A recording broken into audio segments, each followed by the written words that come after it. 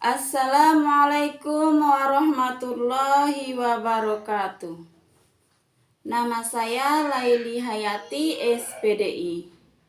Pada kali ini saya diberi tugas membuat video media pembelajaran.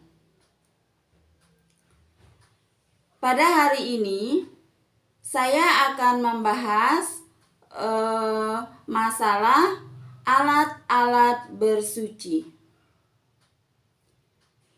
Di antara alat-alat bersuci di sana pembahasannya yang pertama pengertian toharoh. Toharoh menurut bahasa yang artinya an-nazofatu, bersuci dan bersih.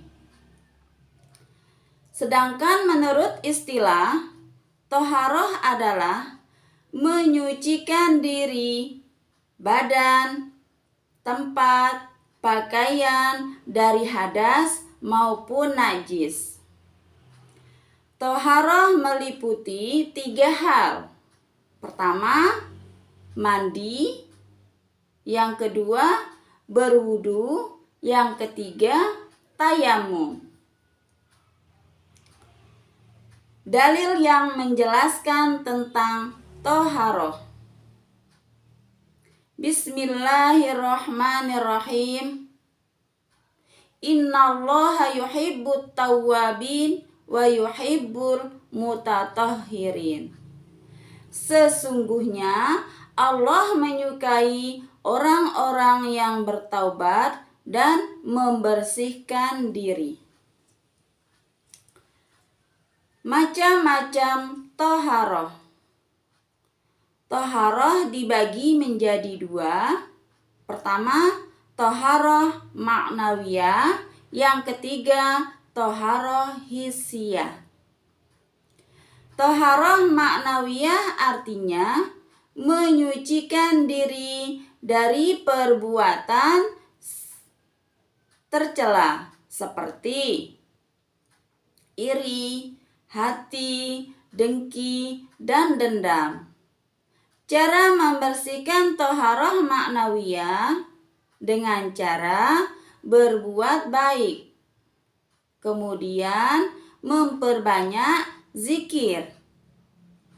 Yang kedua yaitu toharoh hissiyah. Toharoh hissiyah artinya toharoh badan. Maksudnya di sini menyucikan diri dari hadas maupun najis. Kemudian yang selanjutnya alat-alat yang digunakan untuk bersuci. Alat yang digunakan untuk bersuci ada 3. Pertama, air. Yang kedua, tanah atau debu. Yang ketiga, batu. Kita bahas yang pertama, yaitu air. Air dibagi menjadi 4. Pertama, air mutlak. Yang kedua, air tahir ghairu mutahhir. Yang ketiga, air musyammas. Yang keempat yaitu air mutanajjis. Air mutlak. Air mutlak ini contohnya seperti air sumur, air laut, sumber mata air, air hujan, dan lain-lain. Sifatnya masih dalam keadaan suci dan murni. Yang kedua yaitu air ghairu mutahhir. Air tahir ghairu mutahhir. Contohnya seperti air kopi, air teh, air susu. Air tahir ghairu mutahhir ini yang awalnya bersih kemudian tercampur oleh salah satu zat sehingga menghasilkan air itu tidak bisa digunakan untuk bersuci. Kemudian yang ketiga yaitu air musyammas atau air makruh. Contoh daripada air musyammas seperti air yang sudah dipanaskan di atas terik matahari. Air yang sudah dipanaskan di bawah terik matahari. Kemudian air mutanajis. Salah satu contoh air mutanajis adalah seperti air yang awalnya suci tetapi sudah terkena najis. Salah satu contoh seperti air murni kemudian dijatuhi sama kotoran hewan seperti kotoran ayam, kotoran cicak dan lain sebagainya. Nah, kemudian selanjutnya yaitu kita membahas masalah hadas dan najis. Hadas adalah kotoran. Kemudian hadas itu artinya peristiwa. Ya, contoh hadas dibagi menjadi dua. Pertama, hadas kecil dan hadas besar.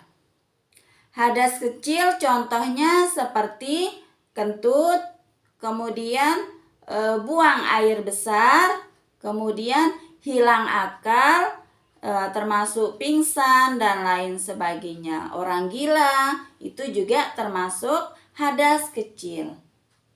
Cara menyucikan hadas kecil dengan cara berwudu. Kemudian yang kedua hadas besar.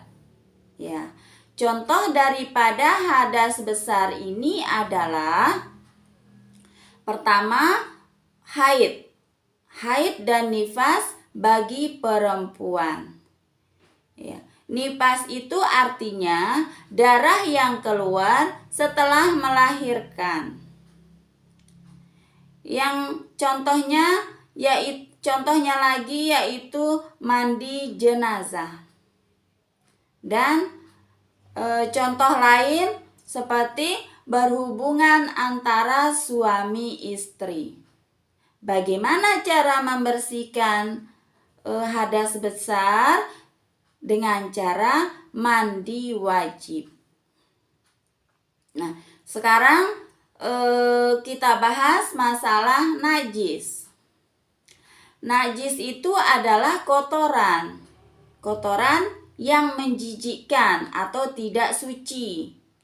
Najis dibagi menjadi 3. Pertama, najis muhaffafah. Yang kedua, najis mutawassithah. Yang ketiga, najis mughallazah. Najis muhaffafah ini adalah najis ringan. Contohnya seperti air kencing bayi laki-laki yang berumur kurang 2 tahun yang masih mengkonsumsi ASI. Cara membersihkannya cukup dengan cara memercikkan kotoran yang terkena najis muhaffafah. Yang kedua, najis mutawassithah. Di mana najis mutawassithah ini adalah najis sedang. Contoh dari najis mutawassithah, pertama darah, kemudian nanah, yang selanjutnya kotoran hewan atau kencing orang dewasa.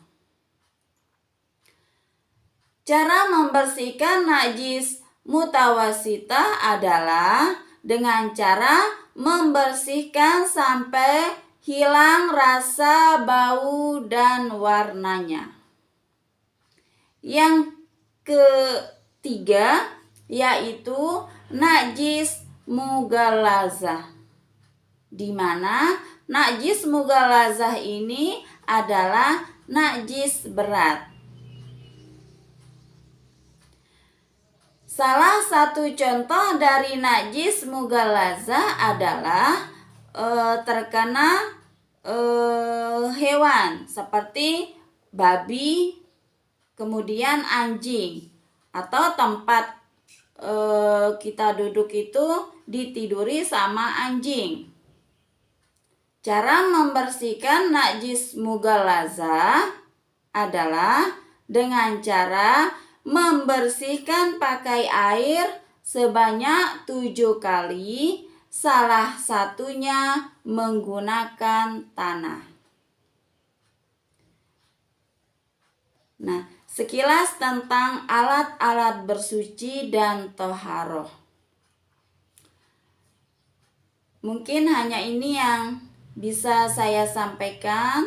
Mohon maaf atas kekurangannya. Wabillahi taufik wal hidayah.